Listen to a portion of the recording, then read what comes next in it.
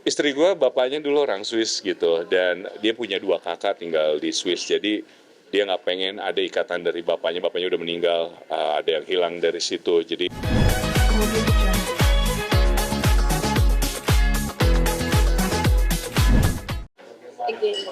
gue sangat menikmati karena kan gue selalu menganggap kerjaan gue itu yang gue jalani itu kerjaan sampingan ya. Kerjaan utama gue tuh emang gue seorang bapak aja gitu. Antar jemput anak sekolah tuh kerjaan utama gue. Jadi ketika ada film bertemakan keluarga, buat gue sekarang ya buat gue cocok. Kenapa? Karena filmnya nanti bisa dinikmati sama anak gue juga gitu. Ada beberapa film yang anak gue nggak bisa nikmatin. Makanya ketika ditawarin film keluarga, wah seru nih, gue bisa ngajak anak gue. Mas Ringo, ada nggak sih pakem-pakem dari film ini? Kan mungkin ya kemarin jatuh tidak seperti di film-film, ada adegan khusus sama Kanirina nih, tapi nggak jadi sampai akhirnya mundurin. Nah ini ada Persiapan kayak gitu yang ngerubah nggak ada sih kalau sekarang ya. Oh ada, nanti rambut gue akan lebih asoy.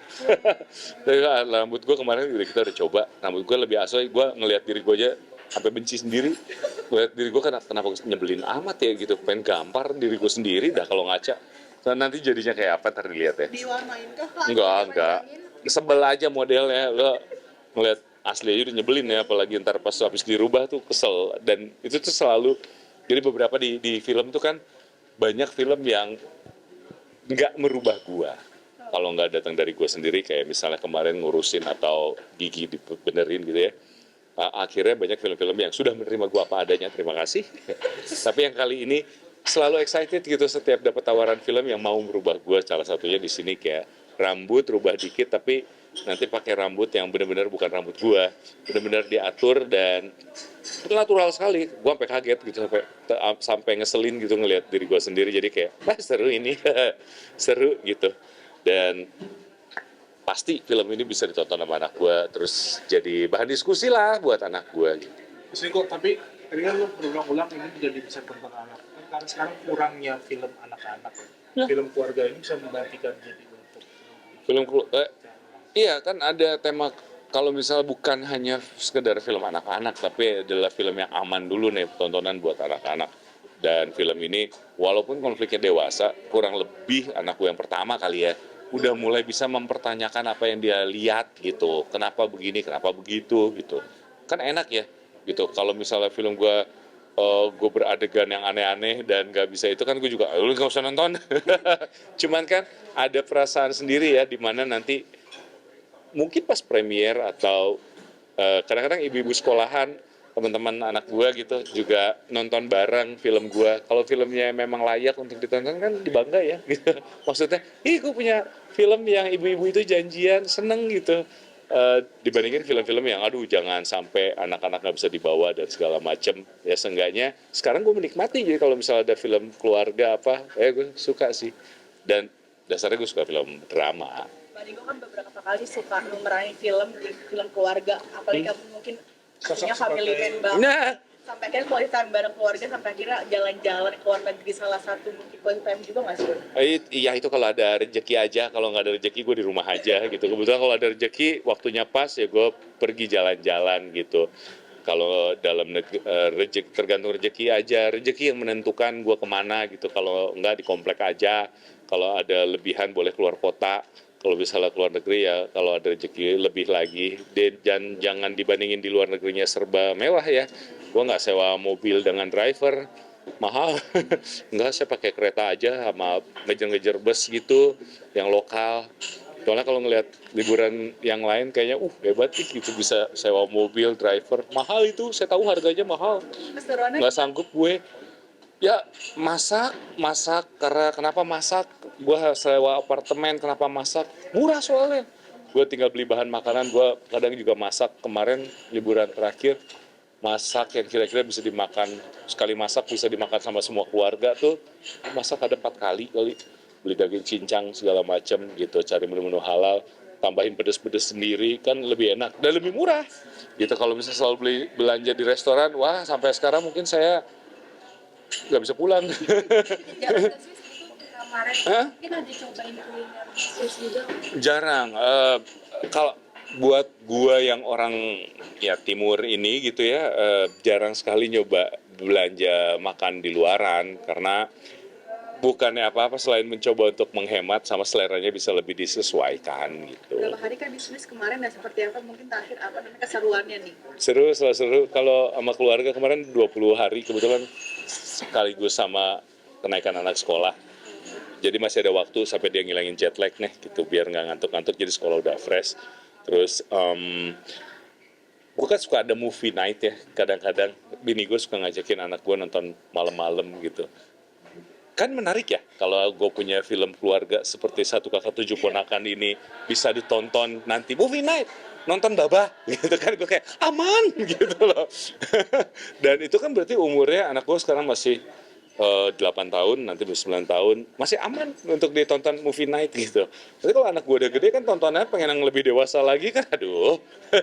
Kayak gitu, jadi menjawab pertanyaan tadi, punya Satu Kakak Tujuh Ponakan, setelah liburan apa, bahkan sampai di sana juga gue kadang movie night gitu. Pilihan tontonnya mau apa, kalau nggak pilihan film animasi, film itu, dan Satu Kakak Tujuh Ponakan, gue pengen banget buat anak gue tonton gitu.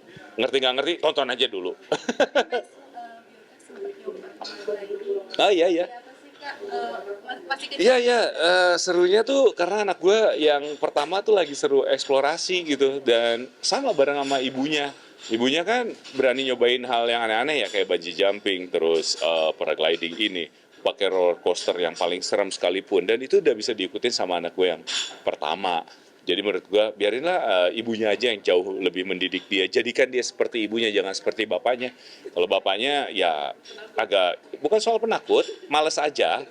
Selain memang nggak berani, pertama pas ngeliat harga kayak aduh kok mahal banget ya gitu, udah males, terlebih takut gitu.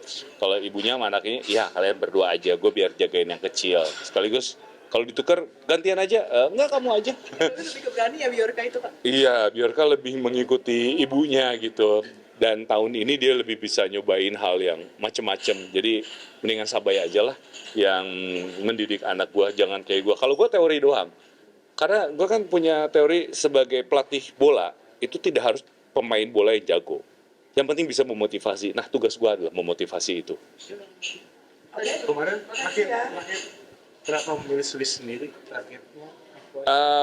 Iya, kan istri gue bapaknya dulu orang Swiss gitu, dan dia punya 2 kakak tinggal di Swiss, jadi dia nggak pengen ada ikatan dari bapaknya udah meninggal, ada yang hilang dari situ, jadi kita pengen selalu ke sana dan udah tahu cara gimana untuk hidup santai, hidup murah, banyak tempat-tempat gratis yang bisa kita datengin. Negara lain gimana? Negara lain juga tentunya ada, cuman karena ini situasinya udah lebih kenal.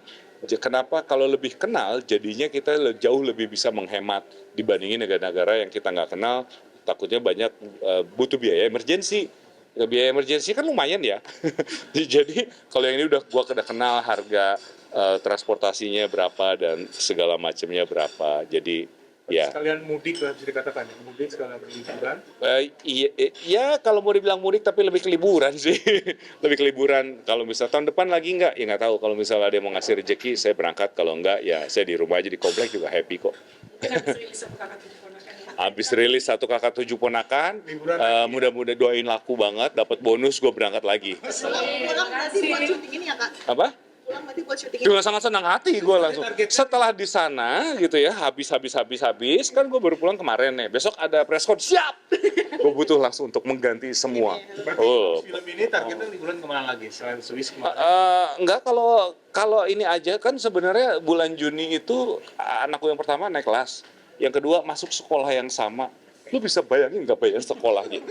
Jadi ketika di sini gue langsung semangat kerja. Baru kali ini gue dengan anak-anak yang mau masuk sekolah, kerja gue tuh semangat. Ini baru preskon aja gue udah semangat ini. Karena gue butuh mengganti semuanya. Tapi ada budget khusus gak sih? Berarti ini ngejar target. Jadi tolong teman-teman, nanti ketika saatnya Satu Kakak Tujuh Ponakan hadir, tolong ditonton. Karena setiap dari harga tiket yang masuk, Ya. saya mengharapkan bonus dari situ. Berarti kejar Tolong. setoran ya dari film akhir. Terserah ungkapannya apalah, mau kejar setoran, saya butuh ganti uang kemarin. Tapi Saya butuh. menjadwalkan gak sih setiap tahun tuh liburan? Enggak ngejadwalin. Lebih kalau pengen sebenarnya saya jadwalin, tapi kan kalau ngeliat tabungan dulu, kalau udah dijadwalin tabungan yang nggak ada, gimana? Ya bisa apa aja lah, bisa Bandung, Sumedang, Tasikmalaya, Ya, betul. Jogja, Kebumen.